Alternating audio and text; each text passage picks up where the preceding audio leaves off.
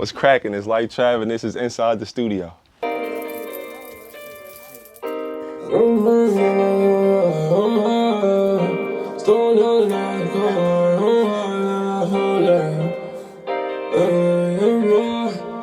Stone island, I got a stone heart. Cold hard to match my chrome blicky. Something off, I don't know what's wrong with me. I just need you to write on my wrongs with me. Can you be strong for me? Ooh, I need you close to me. Ooh, show you fuck with me. Ooh, don't ever fall to me. Baby, your heart, I'm a max it. I wanna show you compassion. I wanna show you what matters. I wanna show you the character. You know the vibes of me. I hope you never tell no lies to me. Ooh, you know the vibes of me. You know I always got my guys with me. What's up, yo? This your boy Arden here from the Forest Side, head honcho, bringing you guys into a new edition of Inside the Studio. And I'm with the one and only, one of my favorite from the 9, and really just across New York, because this dude's been cooking up, building up nicely. You name the record, you name the flow, this dude got it. Of course, I'm with the good brother, LifeTrav. What's going on? How you doing? Nice to meet you. Cooling, always. Vibe sounded just right as soon as we get out the elevator. That's how you getting it up? That's how it's always going to sound. I hear you on that. I can't complain. You can't complain. Folks have been working and building. And I've been really looking forward to this episode of Inside the Studio just because, again, man, having the opportunity to really see artists like Trav just work and build. And he does so because there's one word about him: consistency. Consistency, consistency, consistent for those that prefer that better. And there's something about you with your consistency in which, even when we look at this year, right? And again, I was talking to you about how so far this year, out of the joints that you have given us, I don't have a favorite because it's hard to choose from. Yeah. I told you, I said right now, the reigning leader will probably be YPF Ways. I'm enjoying Penthouse. Top 5, of course, is A Smoker. Yeah. So when it comes to those records, man, and how you've been building up with them, what was your thought process like behind the music? I mean, everything come from like a real life experience. So like, the guys you see with me, weekends go out. Whatever happens in that weekend on the week, that's my storyline. So I'm gonna get that week out on the weekend when I record, when I lock in, and the next week it's a whole new cycle. So it's just, as long as I keep living, keep waking up, I'm gonna have something to talk about. So just go through my day, whatever happened in the day, I'm gonna put it in the music, because I just do it. Like, get in the studio, and I record myself at home most of the time. So I'm just in the studio all day. When you think about it, wake up, studio right there. I just wake up, get busy. And whatever comes, it's just, I got all day too. So that's to my advantage too. I got all day. I'm not in a studio where I'm paying. I'm at home. So it's like I take 2 days on a record sometimes. Like, but a lot of the records I dropped, they was like past records. I just got so much that I could continue. I could go on another 13-week run, all cookers. And I want to get into that as well, especially a couple of parts in that. The aspect of living your life and having that influence your music. Yeah. And that's something that I enjoy speaking with artists about, because I'm always curious to know, how do you guys maintain that balance of actually living life and being in that moment while also knowing, like, look, this could be some great material. This could be some great inspiration for a record. How is that balance like for you? That's a good ass question. Because to be honest, I don't balance it. It just is what it is. Like, it's all day. I'm in one mode. Yeah. Like, no matter what's going on in the back of my mind, everything we doing is calculated. Like, I know I'm gonna talk about this. I'm gonna definitely. So it's just, I don't know. Like, it's ain't really no balance, because I'm all day. I'm still in that mode. So I don't never turn it off. So it's just all the time I'm thinking about what I could say. I do something in the car with Walt. Yo, he already know when I get home. There be times I send him a song and he be like, yo, that's crazy how we just did that. And Penthouse came from him moving in his house, legit. He moved in the Penthouse. I went and visited. Inspiration is clutch. Yeah, went home. It's lit. Come to the crib, take your shoes off. Welcome to the Penthouse. Like, it's just be real life. So I don't know. Like, it's like real life events. So I don't call it no balance in it. I don't see no balance in it. I just go with it. Like. And speaking about the fact that, again, you work from home. Yeah. More and more, especially over the last year and change in this pandemic, more artists have had to shift from working from home that were used to working in studios, while folks like yourself, this is what you've been doing. Yeah. So with that said, though, given the output that you have with your music, the momentum that's building, how do you, I guess, maintain what is the right pace for you in regards to you're working on your music, you're taking your time with it, while also ultimately releasing it to the world? I mean, the release part could always come at a different time, because I might make something now, might not show my homies until like 2 months. So by the time they hear it to me, I'll be on some, nah, I think that's old. I'm on some new stuff. I don't know, cause it just, I'm recording every day.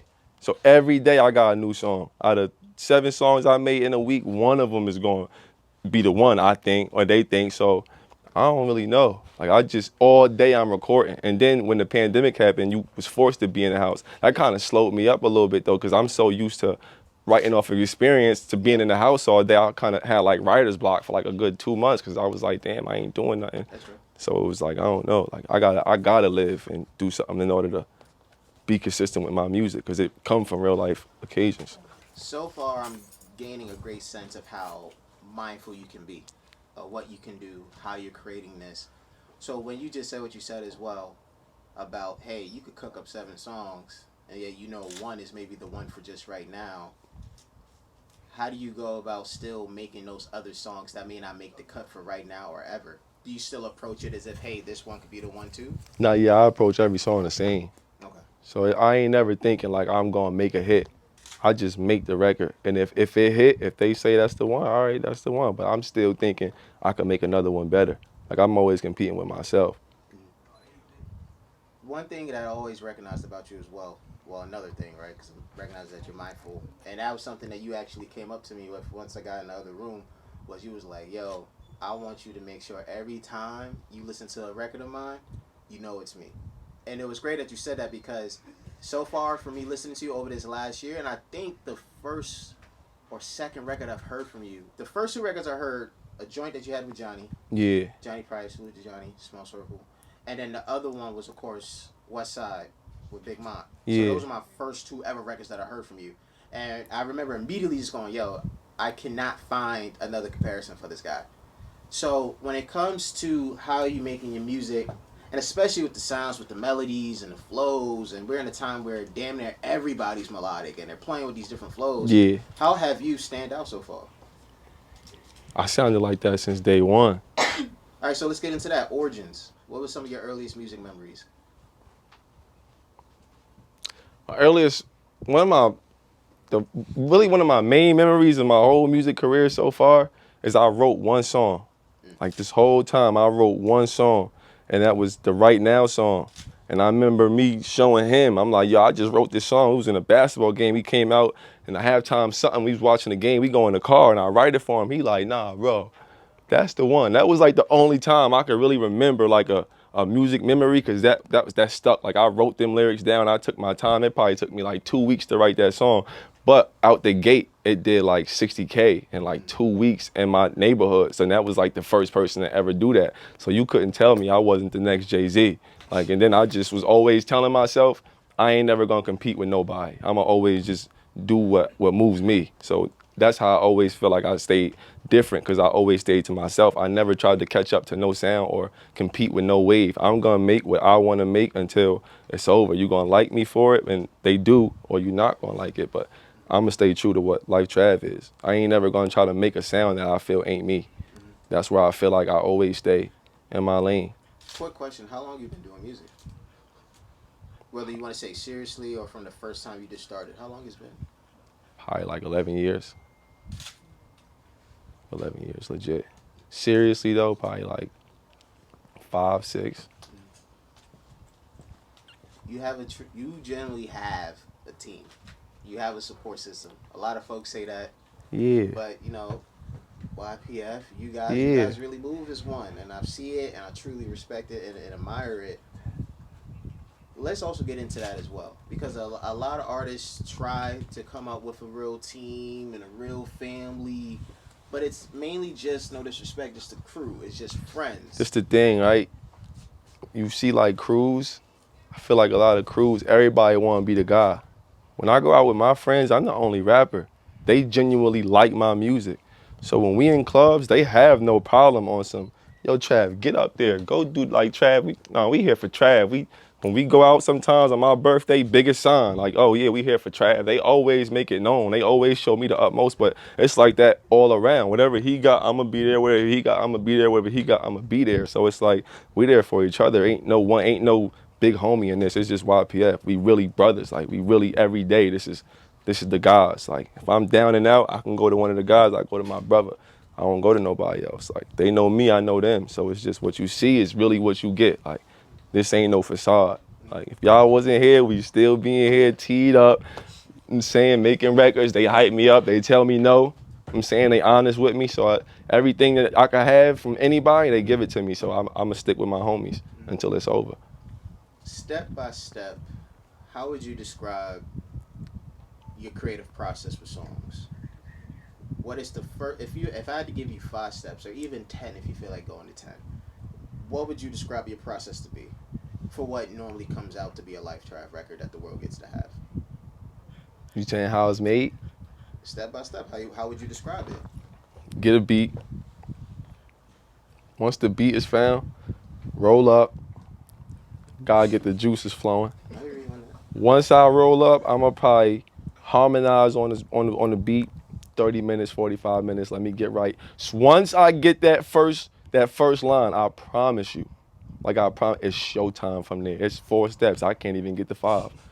It's showtime from there, and then that's like, you know what I'm saying. Do you go off the top, or I don't write nothing. It's all just. I wouldn't say freestyle because people say they be freestyling and they be. I just don't write though. No, it's not that. But people be saying it's freestyle. I wouldn't call it freestyle because you know what you saying. You just punching in. So I say a line, okay. Then I punch in. It's not like I'm just in there one take. Nah, I'm not doing that. I'm taking my time, knowing what I'm saying, but I'm punching in. But I'm not writing it down. I'm better with the vibe. Like whatever's going on, I'm gonna just go with that. My brother in the back snoring all crazy. That's what we doing. Damn, Frank, I'm gonna say somebody I'm snoring on a song. That's what it really is. Like, I'm gonna just go with the vibes. I always found that to be so crazy, that artists who are able to just, I mean, I'm just so used to saying just going off the top. Yeah. Even though they already know, being able to maintain that flow and still say what they say even while punching in, because again, and I was jokingly saying that, like the Jay-Z school, the Lil Wayne school, like the Biggie school of just those guys we've heard do that, and it's like, all right, so what it's like when you don't get it all down. I feel like when you write, right? I could write a song right now because I'm mad at something, but then I might not be going to the studio till Thursday. I was angry on Tuesday. Yeah. When I get to the studio on Thursday, I'm not angry no more as I was when I wrote that song. So trying to record that emotion, I feel like it don't make it what it's supposed to be. But if you in there and you saying how you really feel at that moment, you gonna always be able to listen and realize that's how I felt at that moment. Like in every song, I felt a way. Yeah. Whether I felt like they not giving me my respect, I'm gonna talk my talk, or I miss a girl or anything, I'm gonna always put the real on the song, because then when you listen to it, 10 years from now, you can go back to a LifeTrav song and still like it because it's real. Yep. It's not you know what I'm saying? So that's my goal, like to be a big stepper for a long time. A couple more questions I got for you, good sir. We both from the crib, both from the 9. Yeah. You coming from where you coming from, Peekskill, has that place had any sort of influence on how your career has come about, whether it's beginning, middle, after? Because the one thing I'm learning from, being around Peekskill, connecting with folks from that community, other week I spoke with Baji, connecting with Big Mod, the homie Poncho, salute to him, is just knowing that you guys have such a different perspective, because even though you guys are from the 9, within the 9 and outside, folks don't be understanding what is happening up there. Yeah. And what you guys are doing. No, for real. So explain that for us as well. I mean, Peekskill 1 is gonna make you different because that town is like, it's every man for themselves. The best man win. So you only gonna come out on top is if you coming out on top. So you kind of like, it just show you like you gotta be a dog in order if you want to do something, because you already got everybody telling you either you could do it or you can't do it. And I feel like Peekskill is like one of the most brutal places, because they have no problem looking you in your face and telling you no. So it's like I already always felt like if I'm gonna do music, I gotta be nice, because they not gonna accept me if I'm not nothing but good. And when I first started, I didn't think I was that good, and my numbers wasn't doing nothing. Like nobody paid attention, so I probably didn't put a song out for like 2 years. But the whole time I was just recording and I'm listening to me getting better. So then when I finally came out and I felt I was good, I attacked everybody. Because it's like, all right, now everybody got to respect who LifeTrav is. That's why when I was writing y'all, like, y'all got all these people, y'all ain't got Trav up there. I always feel like I got to go after it in order to get the respect just because I'm from P-Scale. So I was already doing that in my hometown. So when I go to White Plains where it's other nice people that I'm trying to come for them too. Like, it's just in me. Like, I'm trying, everything I go at, I'm trying to kill. So it's just. And that's something too that I've learned as well is a common trait with the talent from Peekskill. Is like, whether you guys. It's a lot of nice people. Oh, absolutely. Like, it's a lot of nice people. And I feel like you guys are very slept on. Word. Very slept on, you know? And it's something that, from before I go to this last question, is the fact that you guys, in a way, have that Peekskill against the world attitude, whether it's just you or collectively. And it's something that, you know, I'm happy that more people are starting to recognize, because I've been starting to say it. Before You've been rocking. You guys have been cooking up. Last question I got for you, man, because again, you starting off this whole damn year on fire. You know, you haven't missed yet. Yeah. Congrats on the interview once again with Drewski. That was Appreciate really dope. that. When looking at the rest of this year, how would you describe the rest of this year for you in one word for what you about to do? Peasy. Because it's about to just be YPF everywhere. Everywhere you go, you're going to see Trav, you're going to see YPF. It's like what you just saw wasn't even like a preview. That wasn't even a preview to the movie. That was like, it wasn't even a commercial. I wouldn't even call that the warm-up. I'm cooling right now. But in the minute when I'm not cooling, bad timing. Cookers on top of cookers. I might do 2 a week sometimes if I feel like that. I'm not complaining. It's gonna get crazy. I'm not complaining. It is. I'll gladly take And that. it's like the summer's here. This is what we've been waiting for. Yeah. So now I'm glad we did this interview, perfect timing, because it's 100 degrees. Like, you know, when your iPhone too hot temperature, when I drop, I promise you might see that on your phone. For real, because it's about to go crazy. But nah, it's gonna be a good summer. It's gonna be good. It's gonna be a good year, great year. LifeTrav inside the studio, Forsyth. I ain't gon' hold you, I know I owe you a better me. I ain't gon' hold you, I know I owe you a wedding ring. If you call me and you need me, won't let it ring. If you call me and you need me, won't let it ring. Little Dottie on my body, know what it means. I'm with Parquet, rolling Rari in the V. I'm sorry, I can't be what you want me to be. I'm sorry, I can't see what you want me to see. Don't follow me, cause you see it's lit and I might benefit you. Follow me, cause I'm beneficial and I'm beneficial. Ain't you trying to grow with me? Yeah. And take control of me. I feel I had to take some time alone. You had a hold of me. You feel I had to do it on my own. You wouldn't listen to me. Damn, oh my God, I don't got time. That's worth the rich and money. You said that you being real with me. Don't be real with me. You still wanna fuck with other niggas. They ain't really than me. Baby girl, there's nothing other bitches wanna give it to me. I'm a nigga in the city. They know I get busy. Hope your nigga never tip me. Cause I keep my glizzy.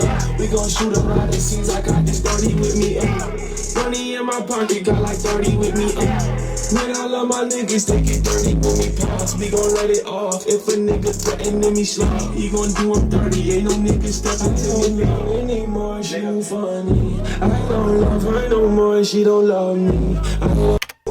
This dude literally said he could go another 10 meaning like weeks, maybe even months. Yo, do y'all hear? This is like ridiculous beat selection. It like, I'll be searching. I'll be like, I got a producer right now. He's actually from Turkey.